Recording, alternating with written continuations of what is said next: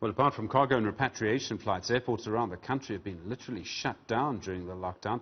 The already struggling airports company South Africa needs to come up with more plans to keep financially liquid in the future.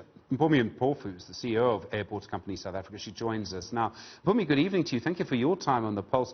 The first and most obvious question is, as you reopen, as you start to prepare to take passengers again in a couple of weeks, will the airports be safe? Good evening, Stephen, and good evening to your viewers. Very importantly, today was an assessment of the state of readiness in order to ensure the highest level of health-regulated safety measures that have been implemented at the airport. I must indicate that we have been ready from the 1st of June to take passengers through a health-regulated safe journey throughout our terminal buildings. And we've taken certain measures that are very important. Today, we're able to demonstrate to the Minister the measures at the Gautrain station, at the car parks as a drop-off zone.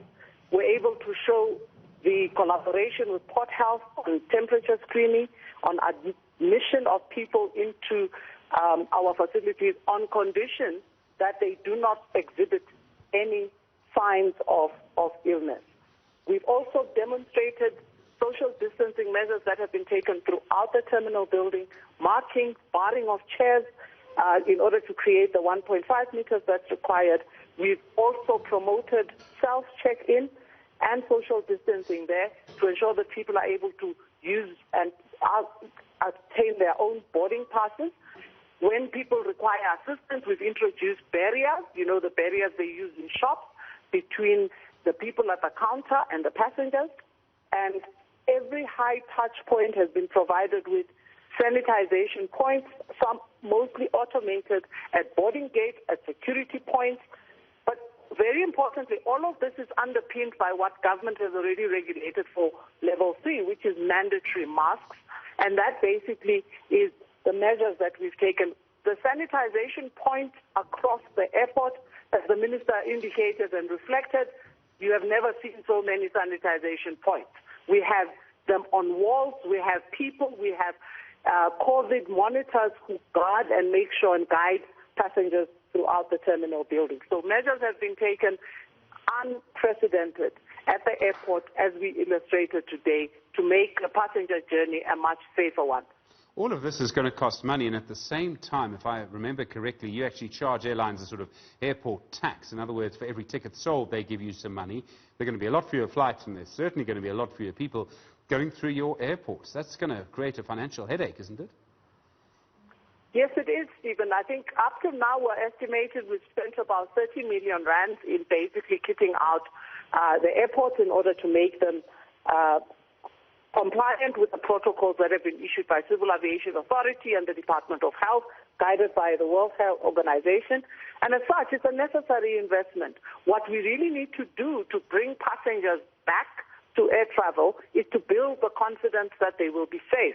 So that investment for us is not an investment that is unnecessary. It's been critical, but also more importantly, as air transport movements increase, we'll be able to see revenues growing, so we'll be able to recover from that initial investment that we've made in order to protect the health of our citizens and our passengers. It's been very important for us to be totally compliant.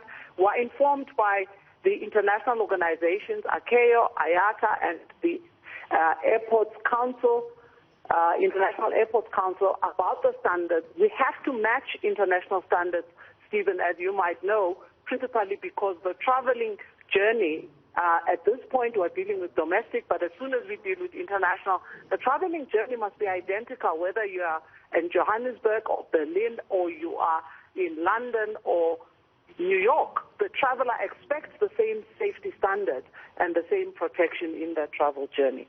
For all of this to happen, you need a little bit of help from government. I understand it's a loan guarantee that you need, 11 billion rand.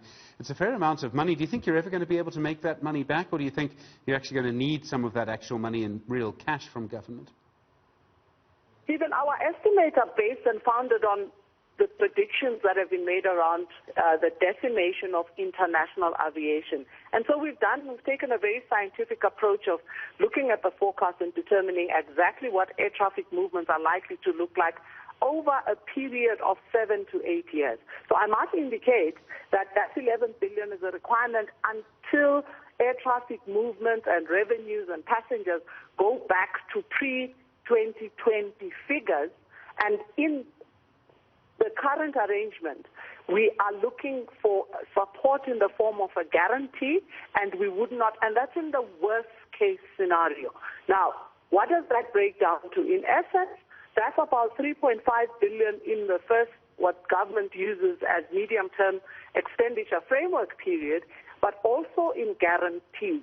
At this point, AXA is a company, as you all well know, that has been in good stead, has actually been profitable for quite a while. We're not at the stage looking for cash injections of any sort, but it might be that much later, as the air traffic movements do not pick up as expected, we might need government support to that extent, but only over a period of about 8 years. It's important to note we've also benchmarked with previous pandemics that have actually occurred globally, the SARS, Ebola, the economic crisis, even 9/11 has taught us lessons as how long it takes for air traffic movements to return to original total movement in order for us to be able to generate that revenue. So we're standing in a good place.